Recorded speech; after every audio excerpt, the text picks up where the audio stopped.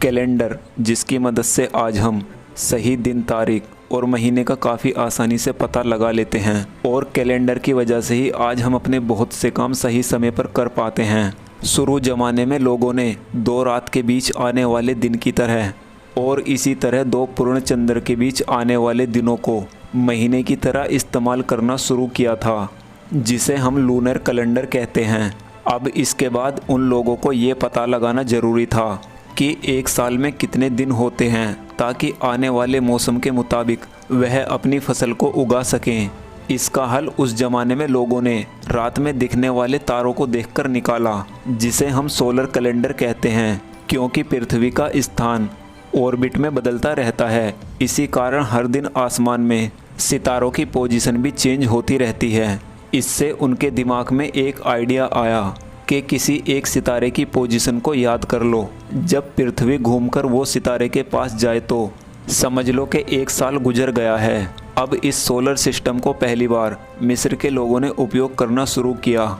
उस जमाने के लोगों ने सीरियस डॉग स्टार के नाम के स्टार को देखा। ये स्टार सुबह सूरज निकलने से पहले और नील नदी की बाढ़ आने से पहले दिखा करता था, जिसे उन्होंने साल के पहले महीने का पहला दिन बना दिया था। इस स्टार से उनको अंदाज़ा हो जाता कि एक साल हो गया है और इस तरह उनको पता चलता कि एक साल में 365 दिन होते हैं, जिसे उन्होंने 12 महीनों में बांट दिया और हर महीने में 30 दिन और बचे 5 दिन साल के अंत में जोड़ दिए। लेकिन उन्होंने एक चीज़ ये गौर किया कि हर 4 साल बाद सीरियस स्टार एक दिन बाद दिखने लगा, क्योंकि हमारा साल वास्तव में 365 दिन नहीं बल्कि उसके करीब 6 घंटे ज़्यादा होता है, जिससे उनका कैलेंडर पीछे होता चला जाता।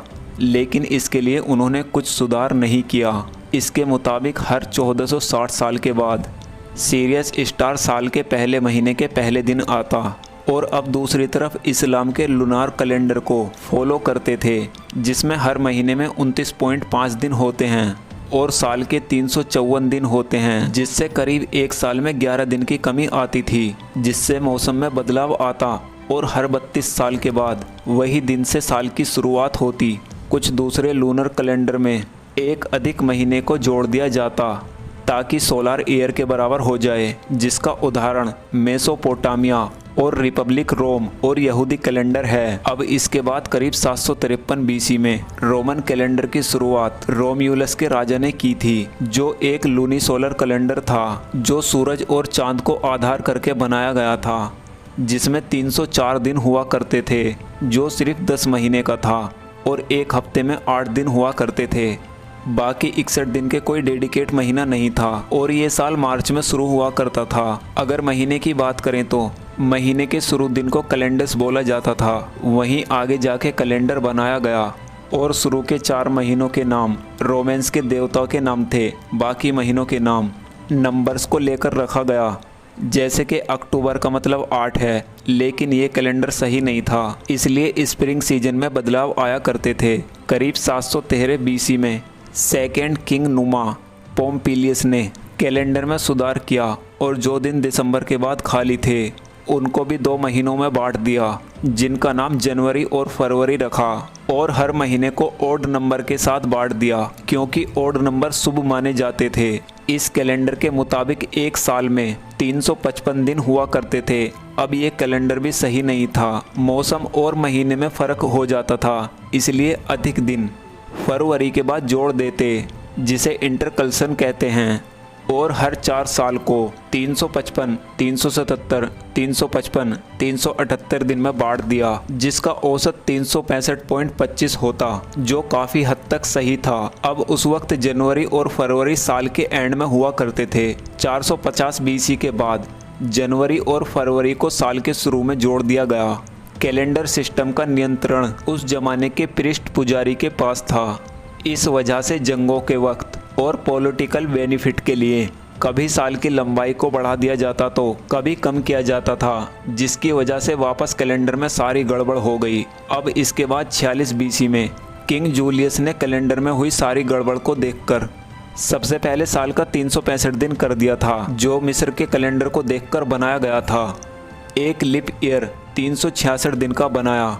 जिस वक्त ये कैलेंडर बना था उस वक्त मौसम और महीने के बीच 3 महीने का अंतर था, इसलिए जूलियस ने 46 बीसी को 445 दिन का बनाया और 45 बीसी से नए कैलेंडर की शुरुआत हुई, जिसे जूलियन कैलेंडर कहते हैं। जूलियस सीजर की मौत के बाद क्विटिलियंस को जूलियस कर दिया गया। 8 बीसी में सेक्साटिलिस को किंग ऑगस्टस के नाम से अगस्त महीने को रखा गया था। इस महीने को 30 दिन से 31 दिन कर दिया गया था। अब कुछ साल ये सिस्टम सही चल रहा था, लेकिन सुधार भी जरूरी था, क्योंकि हमारा सोलर ईयर 365 दिन 6 घंटे नहीं बल्कि 365 दिन 5 घंटे 48 मिनट और 46 सेकंड है।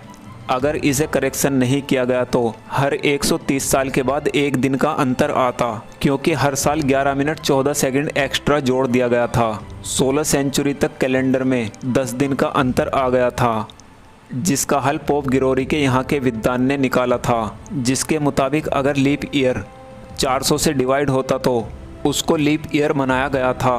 बाकी 1900, 1800, 1700 को लीप ईयर नहीं मनाया गया था। अब इस उपाय के बाद दिनांक को अचानक से 10 दिन आगे कर दिया गया। थर्सडे 4 अक्टूबर 1582 से सीधे 15 अक्टूबर 1582 को बदल दिया गया था। कुछ देशों ने इसे स्वीकार नहीं किया, लेकिन वक्त के साथ सारे देश अपने रिलीजियस कैलेंडर के साथ इस कैलेंडर को देश करना शुरू किया। आज भी बहुत सारे लोगों के मन में ये सवाल आता है कि आखिर क्यों फरवरी के महीने में 28 दिन होते हैं, लेकिन अफसोस इसका रीज़न किसी को नहीं पता है। लेकिन कुछ थेरोसिस के मुताबिक ये एक प्यूरिफिकेशन का महीना था, इसीलिए इसे 28 दिन बना दिया गया था। तो दोस्तों, इस वीडियो से आपको पता चल ही गया होगा कि कैलेंडर का आविष्कार कब और कैसे हुआ।